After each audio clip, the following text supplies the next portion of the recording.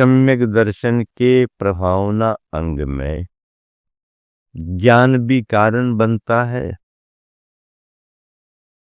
और तपश्चरण भी कारण बनता है। हम अपने विचारों को सार्वजनिक तौर पर जितना अच्छे तरीके से प्रस्तुत करेंगे,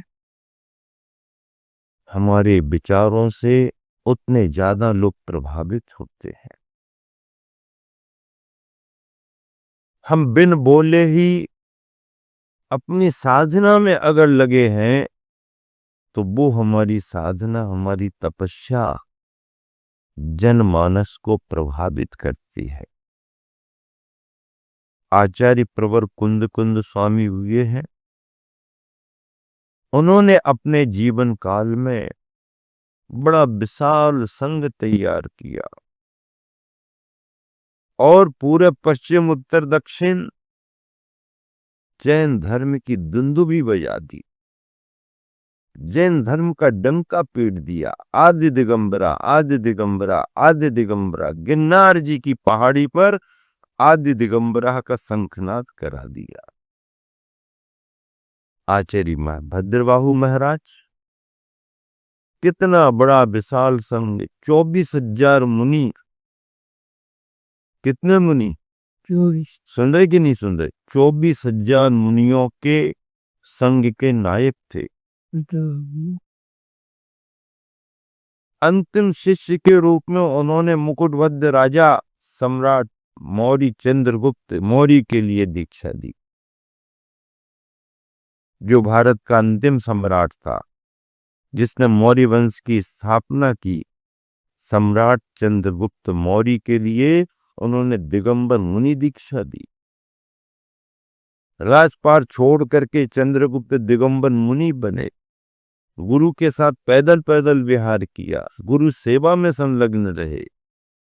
श्रवण बेलगोल कर्नाटक में उस पहाड़ी में जाकर के गुरु की सेवा करते करते गुरु की समाधि कराई और अपनी आयु को देख करके साधना करते अपनी भी समाधि संपन्न की। भारतीय इतिहास है। चंद्रगुप्त मुनिराज का नाम गुरु भक्ति में प्रशंसनीय माना गया है। तो ऐसे इस भारतवर्ष में सर्वत्र विहार होते रहे हैं। हम लोग सन 2015 में सूरत में चातुर्मास संपन्न किए, गुजरात में। चातुर्मास के बाद गिरनार जी की यात्रा संपन्न हुई। वहां भी बड़ा लंबा लंबा विहार करते थे। कोई साधन नहीं, कोई सुविधाएं नहीं, कोई किसी के अधीन नहीं, जिसको चलना चलो, जिसको ध्यान देना दो। शराब अपना कार्य करते थे, हम लोग विहार करते रहे। गिरनार जी पहुंच गए। गिरनार जी में लगभग 10-12 दिन रहे, 3 वंदनाएं की, बहुत अच्छे से रहे। किसी एक दिन जब हम एलग्निश्चय सागर जी महाराज जी के साथ पहाड़ी पर वंदना करने को जा रहे, मुनिवर अरय सागर जी भी थे, तो वहां पर कुछ श्रावक श्राविकाएं वापस उतरते आ रहे, किसी को किसी का परिचय नहीं। हम लोग सीढ़ियां चढ़ रहे थे, चढ़ रहे थे, चढ़ रहे थे। थोड़ा थकान थी, धूप भी थी, तो थोड़ा बैठ गए। ऊपर से एक फैमिली उतर के आ रही थी, वो दूर से हम लोगों को बहुत गौर से देख रहे थे, गौर से देख रहे थे। और वो खुद थोड़ी देर खड़े हुए, तो मुझे ऐसा लगा कि ये बड़ी जिज्ञासु भावना से देख रहे हैं। तो इनसे पूछताछ की जाए कि कहाँ से आए, क्या है। तो कार्यकर्ताओं को संकेत दिया कि पता लगाओ ये बंधुवर कहाँ से है, जैन है क्या है। उन्होंने बातचीत की। बातचीत में ये मालूम चला कि ये जैन फैमिली नहीं है। अरे जैन फैमिली नहीं है, कहाँ से आए? बॉम्बे से आए हैं। उन्होंने कहा बॉम्बे से आए। अच्छा बॉम्बे से आए, क्यों आए आप बॉम्बे से यहाँ पर? फिर मैंने उनसे बातचीत की, पूछा आप बॉम्बे से क्यों आए? बोले बाबा जी सच बात ये है कि बॉम्बे में मुझे एक स्वप्न आया। अब उन्होंने बताया मुझे एक स्वप्न आया। क्या स्वप्न आया तुम्हारे लिए? बोले मुझे रात्रि में स्वप्न में एक गिरनार जी पहाड़ दिखा और उस पहाड़ पर आप जैसे मुनि दिखे हमको। क्या मुझे सामने देख रहे वो? तो आप जैसे मुनि आते जाते दिखे। मेरी नींद खुल गई। तो बहुत सोचते थे।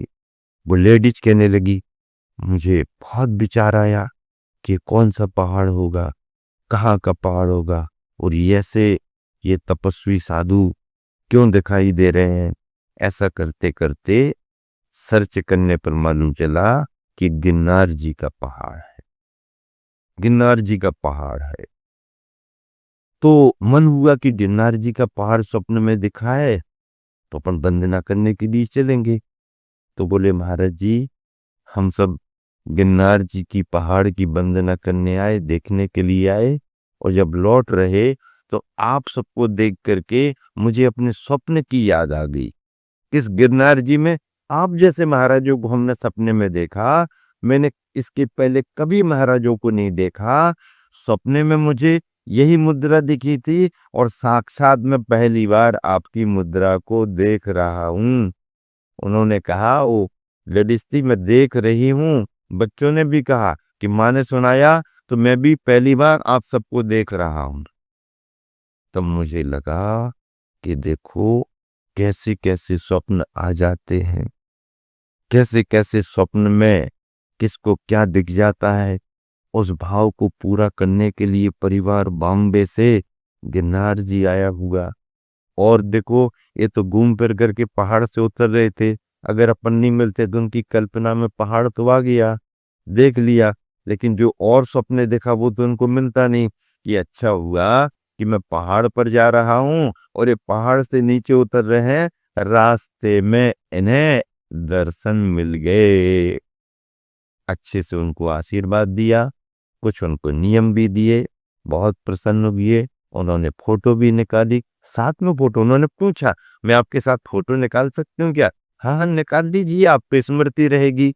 उन्होंने फोटो भी निकाली और स्मृति स्वरूप वो अपने साथ सब कुछ ले गए।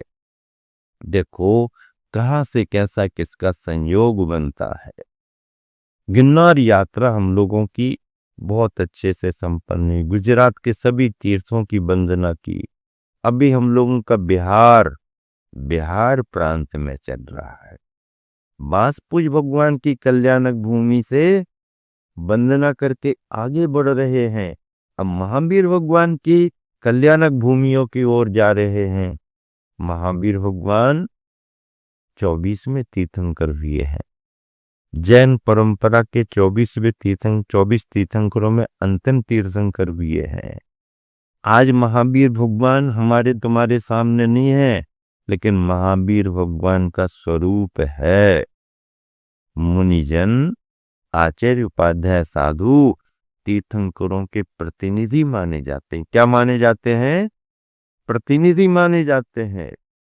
आज तीर्थंकर नहीं है, लेकिन इन मुनि मुद्राओं को देख करके ही हम तीर्थंकर का अनुमान लगाते हैं, तीर्थंकरों की उस दिनचर्या को समझ सकते हैं।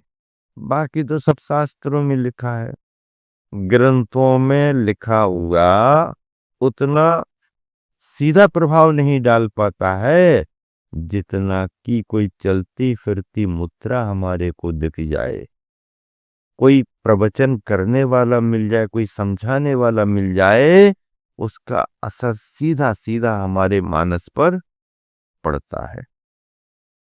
ऐसे इस बिहार प्रांत में अब जमुई जिला की ओर हम लोग आगे बढ़ रहे हैं।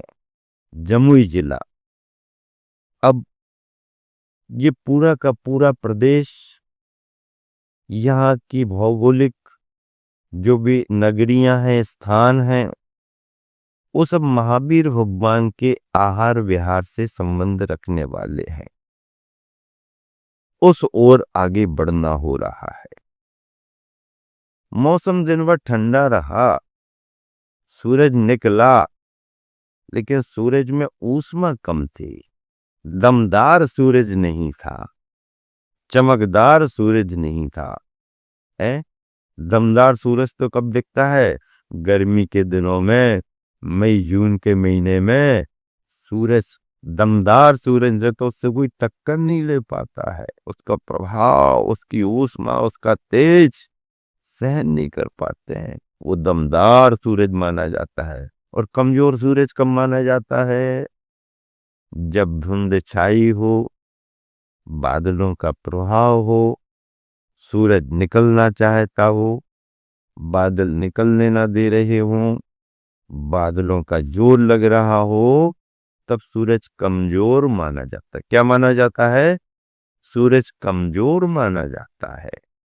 सूरज ना अपने आप में बलजोर है और सूरज ना अपने आप में कमजोर है। वो तो मौसम मौसम का प्रभाव है। सर्दी का प्रभाव पड़ने पर सूरज की ऊष्मा उतना एहसास नहीं करा पाती है।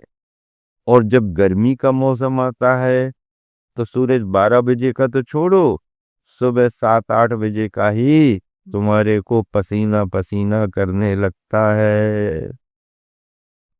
भव भवांतर का पुण्य हम सबका जैन शासन मिला हुआ है, ग्रस्तों को जैन कुल मिला हुआ है, जिन धर्म मिला हुआ है, अहिंसा जैसा परम धर्म मिला है, दया करुणा जैसी भावना मिली हुई है।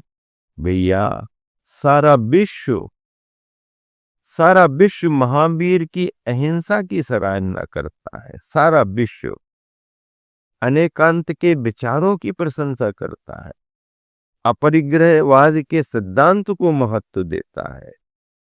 ये ऐसे सिद्धांत हैं जो सार्वजनिक, सार्वभौमिक हैं, सर्व कल्याणकारी हैं। इन सिद्धांतों के बगैर ना आज तक किसी का कल्याण हुआ है और ना आगे कभी होगा। अहिंसा तो जरूरी है। अहिंसक विचार, अहिंसक आचार, अहिंसा जीवन है, अहिंसा प्राण है। प्राणियों की संरक्षा, सभी प्राणियों को संरक्षण देना, कोई भी जीव हमारे द्वारा बाधित ना हो, सभी को अभय, सभी को अभय, अभय दान, सभी को अभय। यह अहिंसा का सिद्धांत है। हिंसा केवल प्रवृत्ति से ही नहीं होती है, हिंसा परिणामों से भी होती है। कसाई की तीव्रता के अगर हमारे परिणाम हो रहे हैं तो सामने हम किसी का घात करें या ना करें, हमारा हिंसक व्यवहार हो रहा है। क्यों? विचारों से हिंसा, विचारों में भी अहिंसा और आचरण में भी अहिंसा। विचारों में भी अहिंसा और आचरण में भी अहिंसा। हाँ, यही साधुता का धर्म है। साधु साधना करता है, सरलता का जीवन जीता है, सभी के प्रति सद्भावना रखता है, विश्व कल्याण की कामना करता है। ऐसा ये साधुता का जीवन सामान्य बात नहीं है, सामान्य बात नहीं है। क्या कहते हैं? शैले शैले न माणिक्यम, मोक्तिकम न गजे गजे, साधवो नहीं सर्वत्र चंदनम न बने बने। जुगल किशोर मुख्तार जी एक बहुत बड़े विद्वान हुए हैं, जैन विद्वानों में। उन्होंने लिखा, साधु के दर्शन कहीं पाता नहीं। क्या क्या लिखा उन्होंने? साधु के दर्शन कहीं पाता नहीं, दिल दुखी है, दुख सहा जाता नहीं। क्या? साधु के दर्शन कहीं पाता नहीं, दिल दुखी है, दुख सहा जाता नहीं। धर्म की कश्ती भंवर में जा फंसी। क्या? धर्म की कश्ती भंवर में जा फंसी, साधु तारक बिन तरा जाता नहीं। साधु तारक बिन तरा जाता नहीं। और जी में आता है कि मैं भी साधु बनूं, और जी में आता है कि मैं भी साधु बनूं, लेकिन साधु बिन साधु बना जाता नहीं। साधु बिन साधु बना जाता नहीं। साधु के दर्शन कहीं पाता नहीं, दिल दुखी है, दुख सहा जाता नहीं। क्या बात लिख करके विद्वान लिख रहा है कि साधु के दर्शन कहीं नहीं पा रहा तो दुखी है, और कह रहा है कि जी में आता है कि मैं साधु बनूं, लेकिन साधु बिन साधु बना जाता नहीं। पारस के स्पर्श से लोहा सोना हो जाता है। क्या? पारस के स्पर्श से लोहा सोना हो जाता है। तो चाहे जिस लोहे का स्पर्श कराओ तो सोना हो जाएगा? नहीं, लोहा भी सही होना चाहिए। पारस तो पारस है ही, लेकिन लोहा भी सही लोहा होना चाहिए। हाँ, हमारे अंदर भी पात्रता होनी चाहिए।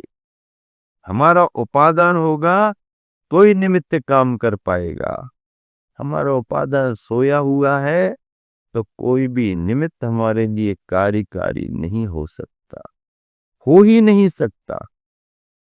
इसलिए निमित्त और उपादान से कार्य की सिद्धि होती है। निमित्त और उपादान में मैत्री होती है।